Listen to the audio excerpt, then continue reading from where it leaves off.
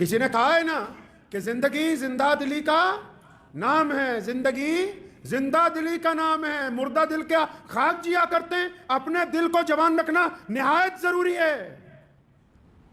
اور دلوں کی خوراک کس میں ہے جی؟ دلوں کی خوراک اللہ کے ذکر میں ہے، دلوں کی خوراک دوسروں کی مدد میں ہے، دلوں کی خوراک نیت کی پاکی میں ہے، دلوں کی خوراک محبت کے اندر ہے، دلوں کی خوراک ایک دوسرے کے اندر سلوک پیدا کرنے سے ہے، دلوں کی خوراک ایک دوسرے کو حق ادا کرنے سے ہے۔ دل تو تب جوان ہوگا نا جب اس کو خوراک اچھی ملے گی۔ اگر ہم 24 گھنٹے گالیاں دیتے رہیں، اگر ہم 24 گھنٹے گناہ کرتے رہیں، اگر ہم حرام مال کھاتے رہیں، اگر ہم حرام مال پیتے رہیں، اگر ہم حرام مال کی کمائی میں لگے رہیں، تو پھر دل مردہ ہو جاتے ہیں۔ پھر مہنگی گاڑیاں ہمارے سفر کو آرام دہ نہیں بناتی، پھر بڑے بڑے محل میں لگے ہوئے بہترین پلنگ اور بستر ہماری نیند کو آنے نہیں دیتی، پھر اچھے ڈائننگ ٹیبل پر لگے ہوئے طرح طرح کے کھانے ہمارے حلق میں نیچے اترنے کے لیے تیار نہیں ہوتے۔ خوشیاں پیسوں کے اندر نہیں ہیں، خوشیاں دولت کے اندر نہیں چھپی ہوئی، خوشیاں اچھے کپڑوں میں نہیں چھپی، خوشیاں اچھی شکل اچھی صورت میں نہیں چھپی ہوئی۔ اگر آپ کو خوشیاں تلاش کرنی ہیں تو سب سے پہلے اپنے دل کو اس بات پر راضی کرنا ہوگا۔ میرے کریم رسول حضرت محمد رسول اللہ صلی اللہ علیہ وسلم نے فرمایا نیچے دیکھو اوپر نہ دیکھو۔ اپنے سے نیچے دیکھو، کتنے ایسے لوگ ہیں جن کو 2 وقت کی روٹی میسر نہیں ہے، کتنے ایسے لوگ ہیں جو اپنے پاؤں پر چل نہیں سکتے، کتنے ایسے لوگ ہیں جن کی آنکھوں میں روشنی نہیں ہے، کتنے ایسے لوگ ہیں جن کے کانوں کو سننے کی طاقت نہیں ہے، کتنے ایسے لوگ ہیں جن کے پاس زبان چلانے کے لیے طاقت اللہ نے نہیں دی ہے، کتنے ایسے لوگ ہیں جو اعمال کے لحاظ سے کردار کے لحاظ سے دنیا سے منہ چھپاتے پھرتے ہیں۔ کیا یہ اللہ تبارک و تعالیٰ نے آپ پر کرم نہیں کیا کہ اللہ نے اچھی زندگی عطا فرمائی اور مہلت دے رکھی ہے؟ اللہ نے مہلت دے رکھی ہے، ہمیں وقت دیا ہوا ہے۔ اور جو لوگ خودکشی کرنا چاہتے ہیں وہ صرف خود ہی خودکشی کرنا نہیں چاہ رہے، وہ بھی سنیں جو ان کے ساتھی ہیں، جو ان کے ماں باپ ہیں، جو ان کے دوست ہیں، جو ان کے بھائی ہیں، جو ان کے ساتھ کاروبار کرتے ہیں۔ اگر کسی کو بچپن سے آخر تک روز کہتے رہو گے کہ تو نکما ہے تو اس کے دل میں بات بیٹھ جائے گی۔ اگر روزانہ کسی کی برائی کرتے رہو گے اس کے دل میں بزدلی آ جائے گی۔ اگر روزانہ کسی کی ہمت توڑتے رہو گے تو اس کے دل کے اندر بزدلی پیدا ہو جائے گی۔ تو یہ جو بندہ جا رہا ہے، یہ جو عورت، یہ جو مرد، یہ جو بچہ خودکشی کے لیے راضی ہوا، یہ اکیلا راضی نہیں ہوا، اس کے چاروں طرف جو لوگ ہیں ان کا کردار بھی اس میں شامل ہے۔ اس کی خودکشی میں وہ لوگ شامل ہیں جن کی زبانوں نے اس کو تانا دیا، جن کے کردار نے اس کے دل کو مجروح کیا۔ کیا ہی اچھا ہوتا کہ ہم مرنے والے کا ساتھ دیتے، خود بھی جیتے اور اس کو بھی زندگی کا راستہ عطا کرتے۔ زندگی اللہ تبارک و تعالیٰ کی نعمت ہے، یہ ایک دفعہ ملتی ہے۔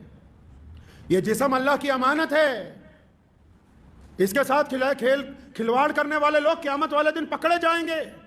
اور یہ معاشرہ تو اتنا گندا ہو گیا، ایسے لوگ ہو گئے ہیں کہ اگر کوئی بندہ خودکشی کر لے تو اس کے گھر والوں کو کیا کہیں گے جی اس کی جنازہ نہیں ہو سکتا، اس کے لیے دعا نہیں ہو سکتی۔ کبھی اپنے گریبان میں جھانک کر دیکھا ہے کیا تمہارے لیے دعائیں ہو سکتی ہیں؟ کبھی اپنی راتوں کو دیکھا ہے؟ کبھی اپنے کردار کو اندر جھانک کے دیکھا ہے کہ ہم کس مقام پر کھڑے ہیں؟ اللہ نے اگر ہمارے گناہوں کو ڈھانک رکھا ہے، اس کا مطلب یہ نہیں کہ یہ انگلی کسی اور کی طرف اٹھائی جائے، یہ باقی کی انگلیاں اس بات کا اشارہ کر رہی کہ جس طرف تو انگلی اٹھا رہا ہے ان سے زیادہ خراب تیرا خود کا کردار ہے۔ کہ جی خودکشی والے کے لیے تو جنازہ نہیں ہے، خودکشی کرنے والے کے لیے تو دعا نہیں ہے۔ کون کہتا ہے کہ اس کے لیے مغفرت کی دعا نہیں ہو سکتی؟ کہاں لکھا ہے؟ کس کتاب نے کہا؟ پیارے نبی حضرت محمد رسول اللہ صلی اللہ علیہ وسلم نے کہیں منع نہیں کیا۔ ٹھیک ہے ایک بندے نے غلطی کی، اگر کسی کا بچہ غلطی کرے، کوئی بڑا غلطی کرے، گھر کا فرد غلطی کرے تو کیا گھر والے اس کو مار دیتے ہیں؟ آپ کے جسم کا کوئی اعضا خراب ہوتا ہے تو کیا کاٹ کے اس کو پھینک دیتے ہو؟ معاشرے میں اگر کوئی بچہ اس طرف چلا گیا، اگر کوئی نشے میں چلا گیا، کوئی منشیات میں چلا گیا، صبح شام اس کی برائی ہے، کیا برائی سے بہتر اس کو چھاتی سے لگانا ضروری نہیں ہے؟ پیارے نبی حضرت محمد رسول اللہ صلی اللہ علیہ وسلم کے دور میں ایک شخص نے شراب پی، حکم ہوا کہ اس کے درے لگائے جائیں۔ مسجد نبوی میں جب درے لگائے جا رہے تھے، نبی علیہ السلام بڑے بے چین ہوئے۔ تو وہاں کھڑے ہوئے ایک صحابی نے، ایک عرابی نے کہہ دیا کہ تیرا ستیہ ناز ہو، تو نے بہت برا کام کیا۔ کریم رسول صلی اللہ علیہ وسلم ناراض ہوئے، اسے پکڑا گریبان سے، فرمایا ادھر آ، تجھے کس نے کہا کہ میرے صحابی کو بد دعائیں دیتا؟ پھر ہم کو اس کے عمل سے نفرت ہے، بندے سے۔ ہم کو اس کے عمل سے نفرت ہے، بندے سے نفرت نہیں ہے. اگر کوئی غلطی کرتا ہے گھر میں, پڑوس میں, معاشرے میں, دوستوں میں, تو یہ کیا رت لگا لی کہ سارا معاشرہ لگ جائے کہ یہ خراب ہے, اس کو نکالو, اس کو نکالو. آج کل بڑے بڑے مدثر, بڑے بڑے درس دینے والے اور بڑے بڑے پروفیسر یہی کہتے ہیں کہ فلاں کالونی میں نہیں جانا, فلاں علاقے میں نہیں جانا, وہ علاقہ ٹھیک نہیں ہے. ارے اچھے لوگوں میں بیٹھ کے اچھے بننا کمال کی بات نہیں ہے, برے لوگوں میں جا کے ان کو اچھا بنانا یہ کمال کی بات ہے. اچھوں میں جا کے اچھی باتیں کی تو کیا کی ہے, بروں میں جا کے اچھائی کی تبلیغ کرنا کمال کی بات ہے. بروں کو جا کے اپنی چھاتی سے لگانا کمال کی بات ہے. غریبوں کو جا کے اپنی چھاتی سے لگانا, اور جن کے دل تڑپے ہوئے ہیں, ایک دوسرے کا چہرہ پڑھنے کا فن سیکھو. مسلمانوں, اللہ نے ہمیں دنیا میں اس لیے بھیجا ہے, صرف اس لیے نہیں کہ ہم صرف کھانے کمانے آئے. اللہ نے یہ پوری دنیا میں سب سے بڑا جو دین بنایا, یہ اس لیے بنایا کہ ہم دنیا کے ہر فرد کا دکھ درد سمجھنا جانتے ہیں. پیارے نبی حضرت محمد رسول اللہ کہیے صلی اللہ علیہ وسلم, صلی اللہ علیہ وسلم جو ہیں وہ مسجد نبوی سے باہر تشریف لائے. ایک بوڑھی عورت, ایک پگلی عورت, ایک سدری عورت جس کا دماغ نہیں چلتا, تپتی ہوئی ریت ہے, گرمی کا مہینہ ہے, وہ دوڑتی ہوئی آئی, یا رسول اللہ مجھے تو آپ سے بات کرنی ہے. آج آپ چلے جاؤ کسی بڑے آدمی کے پاس, کسی بیپاری کے پاس, ٹائم ہی نہیں ہے بات کرنے کا, وقت نہیں ہے مسکرا کے ایک دوسرے کو دیکھنے کا.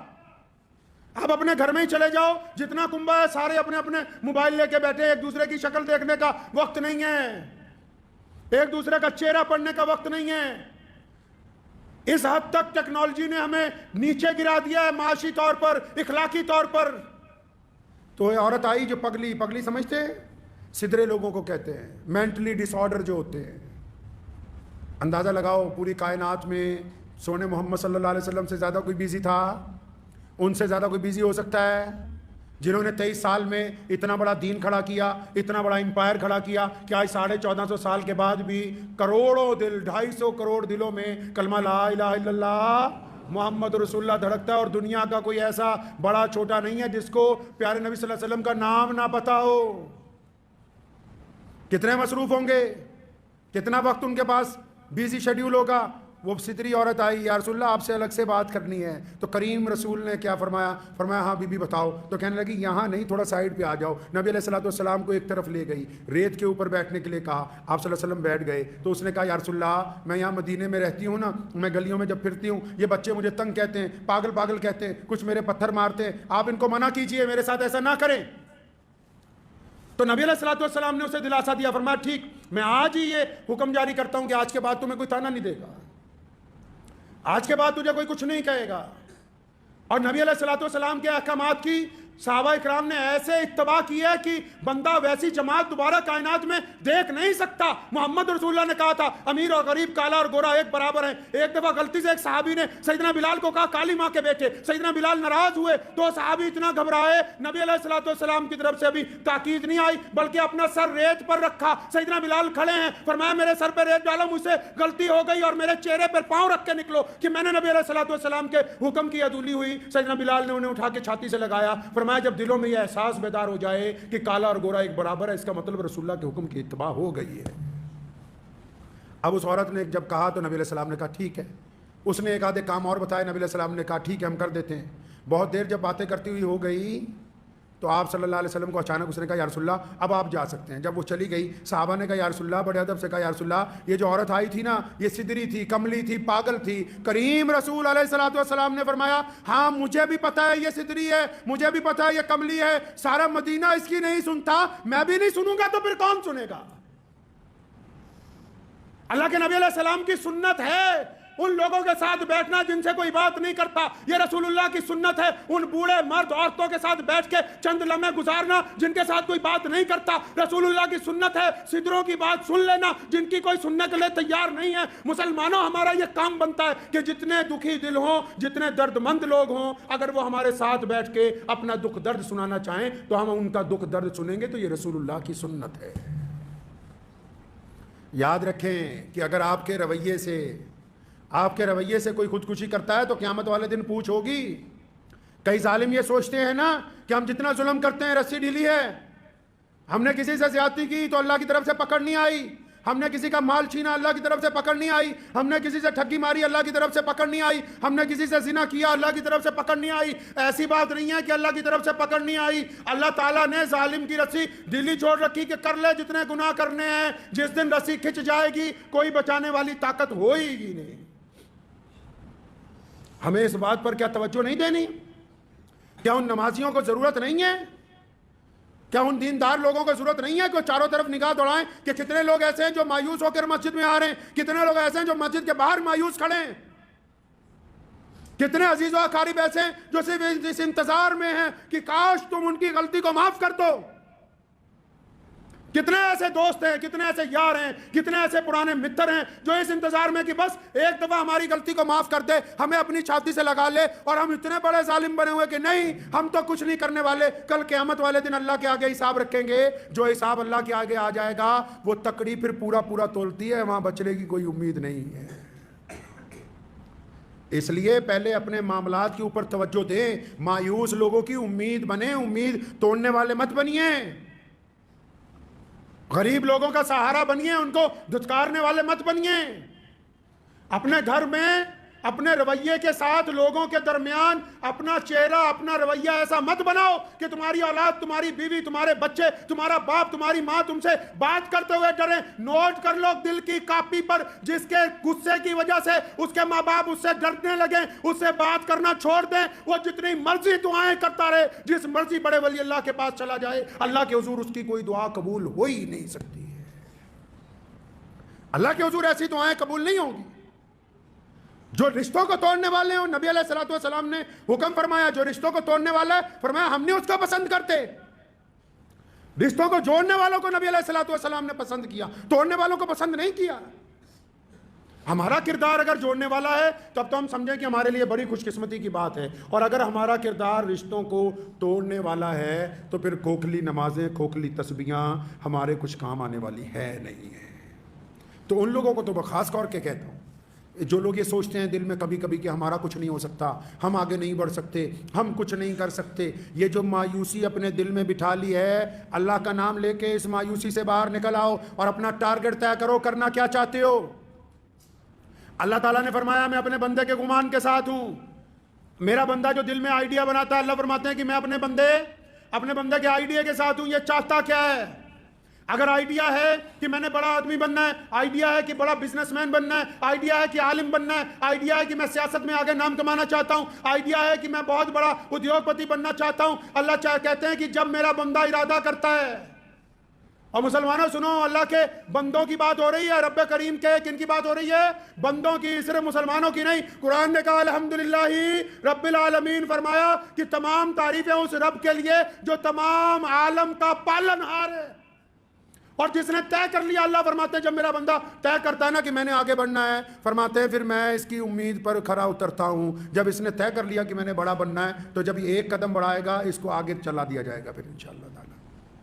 اور اگر ہم نے یہ طے کر لیا کہ بس صبح اٹھے ہیں، آرام سے شیڈیول کا کام کرنا ہے، 2 وقت کی روٹی کمانی ہے، اس کے بعد 2-4 چگلیاں کرنی ہے، اور پھر شام کو سو جانا ہے، 2 گھنٹے موبائل دیکھنا ہے، تو جب آپ اپنی قسمت کو اس طرح بنانا چاہتے ہو تو اللہ نے فرمایا کہ جو قومیں، جو لوگ اپنی حالت نہیں بدلنا چاہتے، اللہ تعالیٰ بھی ان کی حالت نہیں بدلنا چاہتے۔ اپنی حالت کو تبدیل کیجیے اور ان لوگوں کو تلاش کرو معاشرے میں۔ یہ سنت ہے نبی علیہ السلام کی، ڈھونڈو انہیں جو مایوسی کے اندر بیٹھے ہوئے ہیں، جو خوف زدہ ہیں، جو ڈرے ہوئے ہیں، جو اپنی بیماریوں سے ڈر گئے ہیں، جو اپنے کاروبار میں خسارے سے ڈر گئے ہیں، جن کے دل میں بزدلی آ گئی ہے، جن پہ گھبراہٹ طاری ہو گئی ہے، جو گھر سے باہر نکلنے کے لیے تیار نہیں ہیں۔ ڈھونڈو ان کو جو آپ کے قریب ہیں۔ اگر آپ اپنے قریبی ان لوگوں کو ڈھونڈ کر باہر نہیں لائیں گے، کل قیامت کے دن آپ سے پوچھ ہوگی کہ تم کو اچھی عقل، اچھی صحت، اچھے وسائل اللہ نے دیے تھے، پھر کیا بات ہوئی کہ تم نے اپنے بھائی کو، اپنے پڑوسی کو، اپنے دوست کو مایوسیوں کے خول سے باہر نہیں نکالا؟ کیا بات تھی کہ تم سارا دن اپنی عیاشی میں لگے رہے، تمہیں اپنے قریبی لوگ نہیں آئے؟ اللہ کی طرف سے پکڑ ہوگی کل قیامت کے دن۔